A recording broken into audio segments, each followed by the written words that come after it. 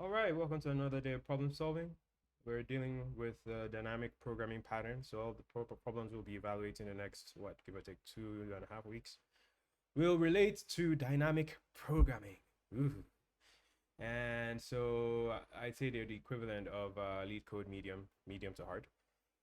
You can consider this is like a classic dynamic programming problem, and it's a knapsack problem. So we have n items whose weights and values are known, as well as a knapsack to carry these items. The knapsack can carry more than a certain maximum weight, known as capacity. We need to maximize the total value of the items in the knapsack while ensuring that the sum of the weights of the selected items does not exceed the capacity of the knapsack. If there is no combination of weights whose sum is within the capacity constraint, return 0. And we have these constraints, and we have these examples to help us out. So we have the bag has a capacity of 30. These are the weights and their respective values. So to maximize the value, we need to take out 20 and 33 here, because their weights are 10 and 20. They sum up to 30, which is better than taking this 30. That gives us 44. This gives us 55. So I hope that makes it a bit clearer. The bag can hold 5 units of weight, and these are the weights and their respective values. So the total value that we can take is 10 and 5. So that's these two. 1 and 2 over here, they're below 5, and they give us 15 compared to 3 here, that's just 4, or 5 here, that's just 8, or 3 and 2, which is just 9, or 3 and 1, which is 14. Here we can get 15, and that's why we pick that one. All right, so for the naive approach, we generate all combinations of weights and calculate the profit of each combination. We then choose the combinations that yield the highest profit from among those that don't exceed the capacity. So for example, we have the knapsack of 5 and the following list of values and weights. So these are the values, these are the corresponding weights. To find the maximum profit, we try all valid combinations, that is, whose weight does not exceed 5, and you can see them here, 3 and 1, 3 and 2, 1 and 2, 1 and 4. And we have their values, we have their total weight, we have their total values, and then we know that, oh, this is the highest one, 1 and 4.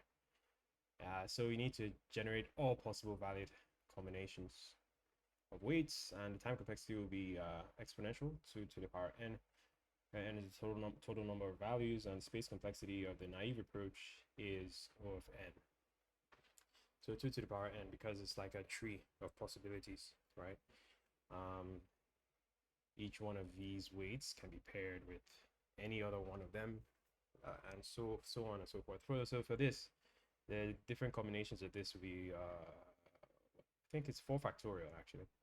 So, because for every 3 has 3 possibilities, then every 3 and 1 has 2 possibilities each, then every 3, 1, 2 has 1 possibility. So 4 times 3 times 2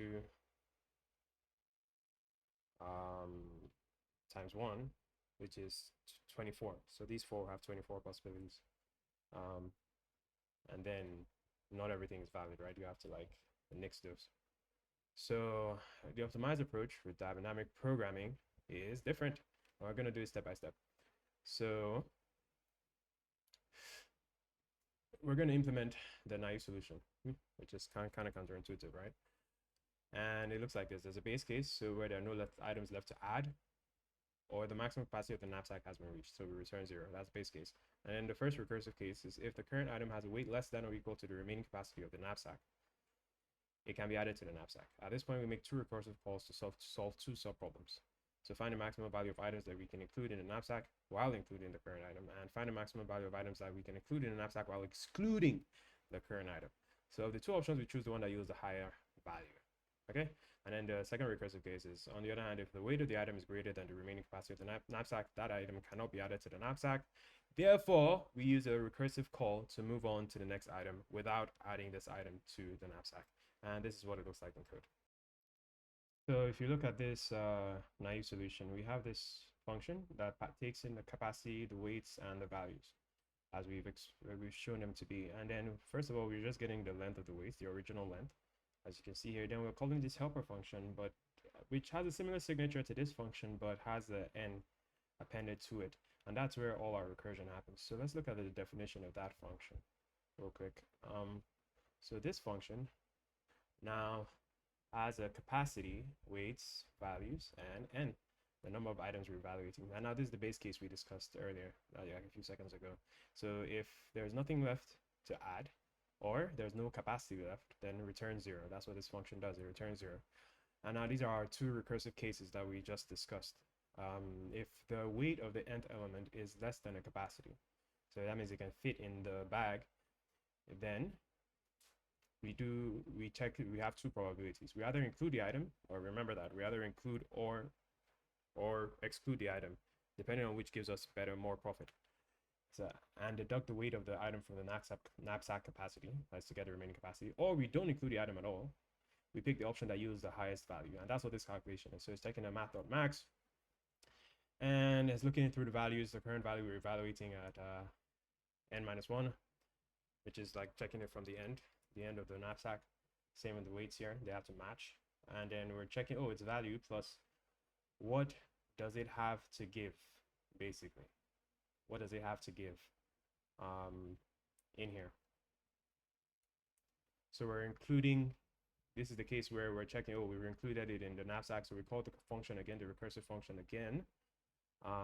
Mind you, it's already factored in this value, so this is going to return the following value. So it's kind of like almost a for loop, but different shaped for loop, like looping over everything, going through every single weight and capacity. In this case, it's subtracting the current capacity from the weight of the current value that we're adding, right?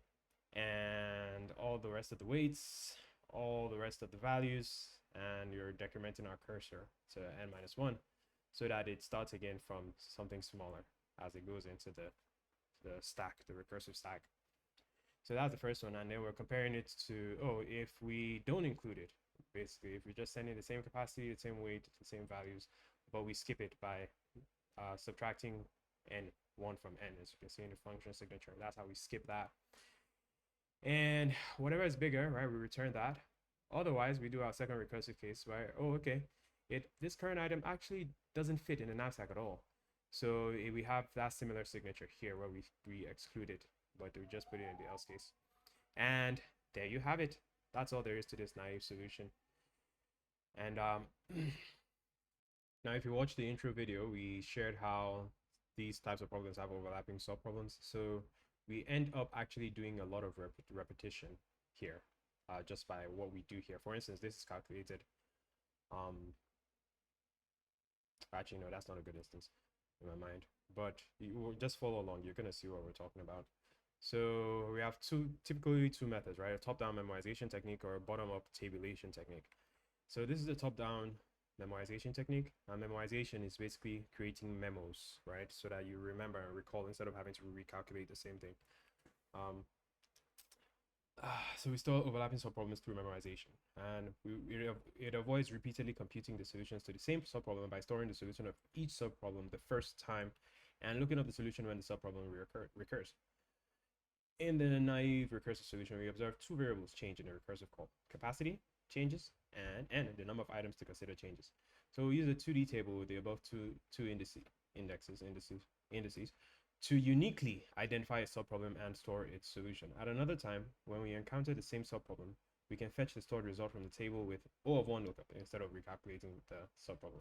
And this is what that looks like in code. It's worth repeating how capacity in a naive recursive solution, two variables change in each recursive call, capacity and n. And this is, I've moved this over to the editor just because it's easier to toggle between different files. And you'll notice that in each recursive call, n is what's changing in this case, for instance, and capacity is what's changing because capacity is the first argument in this function. You can see that it's being edited here, right? And in this case, n is what's changing. Here, n and capacity are changing, and here just n is changing. So they're right when they say capacity is changing at times and n is changing at times. So we're going to use a 2D table, two-dimensional table with the above two indices to uniquely identify a subproblem and store its solution. At any later time, when we encounter the same subproblem, we fetch the stored solution from the table with an O of 1 lookup instead of recalculating that subproblem. And what does that look like? It looks like this, really, but I feel it's better explained here.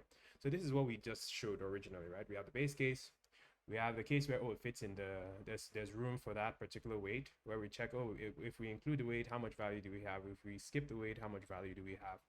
And where it doesn't fit, so we just skip the weight entirely. So these are the different recursive cases for this problem. Now in the top-down memoization technique, you would notice that we added this DP, which is our 2D array that stores problems we've seen before.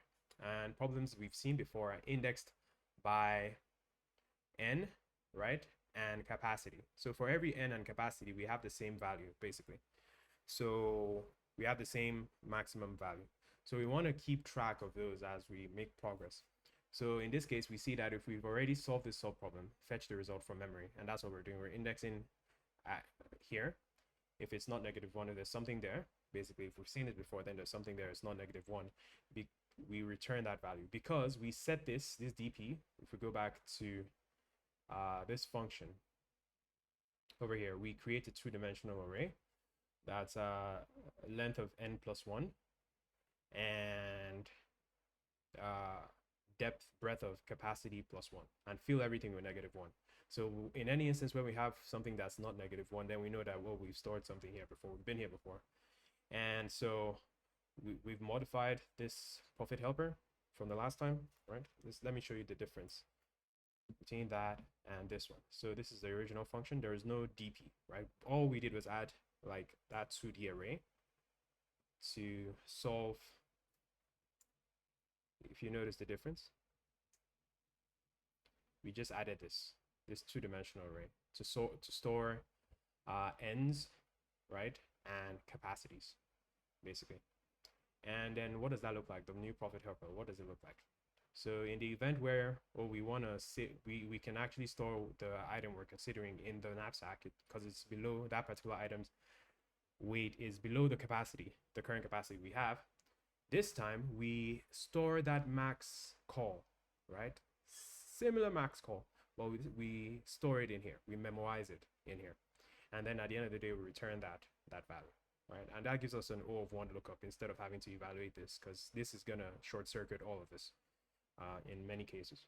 And in the other event where the weight we're considering doesn't fit in the knapsack, then we just call this, similar to the last time, right, where we called this else statement, right? Just that we're passing DP in, right? Exact same thing.